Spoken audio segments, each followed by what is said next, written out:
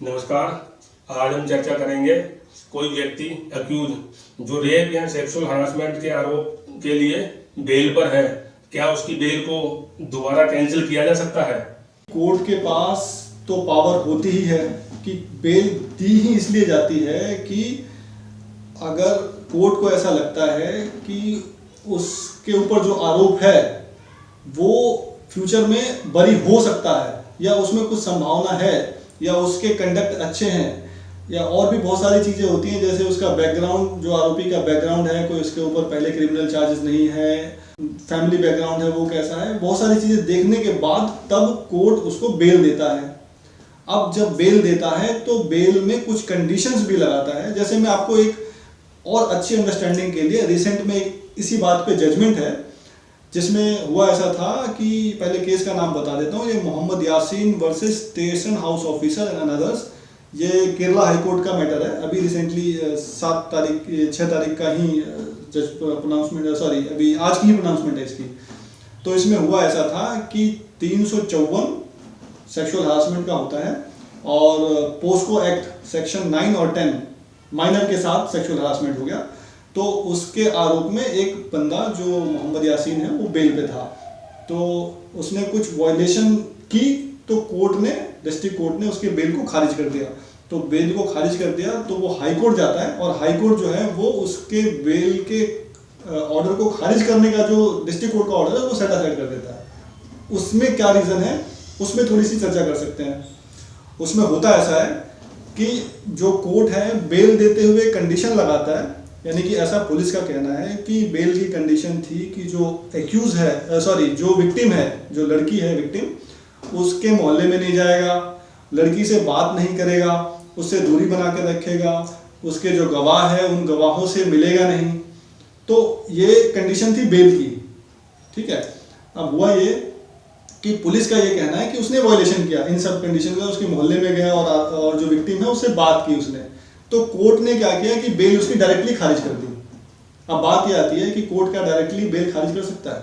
तो high court का कहना यह है इस मामले में कि डिस्ट्रिक्ट कोर्ट को पहले जो आरोपी है उसको नोटिस देना चाहिए था, उसके बाद जो आरोपी है उसको सुनना चाहिए था, उसको अपॉर्चुनिटी देनी चाहिए थी और उसको सुनने के बाद ही उसकी बेल को खारिज करना चाहिए था।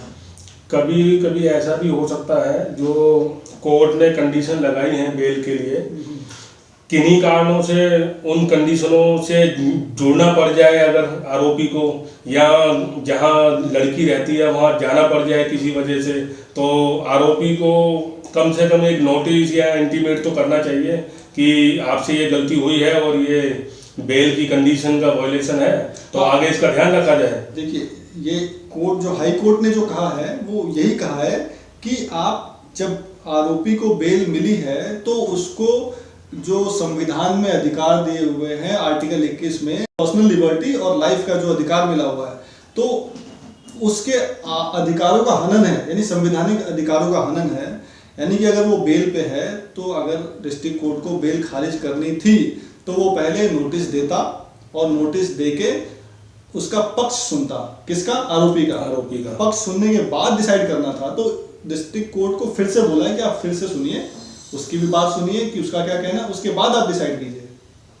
तो इसमें होता ऐसा है कि जब, जैसा आप बोल रहे थे कि अगर किसी कंडीशन में लड़की के मोहल्ले में जाना पड़ जाए मजबूरी वश, यही कहना चाहते हैं ना, मजबूरी वश जाना पड़ जाए, हो सकता है कि उसका कोई रिलेटिव रहता हो, वो गुजर गया हो, या उसका काम हो, किसी से मिलना हो, कोई भी वजह हो सकती है। तो ऐसे वजहों में देखिए होता ऐसा है कि या तो जिस समय बेल पे बहस होती है कोर्ट में, उसी समय उसने कोर्ट को बताना चाहिए था कि उस मोहल्ले में तो मुझे जाना ही पड़ेगा क्योंकि मेरा रिलेटिव रहता है या मेरा घर है या मेरे रिश्तेदार है, तो कोर्ट उसमें कुछ कंडीशन लगाता। या फिर दूसरी बात ये थी कि जो आरोपी है उसने पुलिस को इन्फॉर्म करना था एटलीस्ट कि बेल की मेरी कंडीशन ये है और लेकिन इस मजबूरी से मुझे उसके मोहल्ले में जाना पड़ रहा है। तो पुलिस को अगर इन्फॉर्म करके रखता तो हो सकता है कि पुलिस वाले, जो स्टेशन हाउस ऑफिसर है, वो एक पुलिस वाले को साथ में भेजता उस पर निगरानी रखने के लिए कि ये जा रहा है उस मोहल्ले में तो कर क्या रहा है। तो ऐसे भी कंडीशंस होती है, ऐसा भी होता है। तो इस तरह से अगर बेल का कहा जाए तो कोर्ट के पास पूरे अधिकार होते हैं और कोर्ट अगर चाहे तो बेल को खारिज कर सकती है, एक रिजनेबल अपॉर्चुनिटी सुनने का अधिकार देने के बाद। वीडियो बहुत लंबा हो जाएगा तो इसको यहीं समाप्त करते हैं और फिर अगली चर्चा करेंगे नेक्स्ट वीडियो में। तब तक के लिए नमस्कार, धन्यवाद।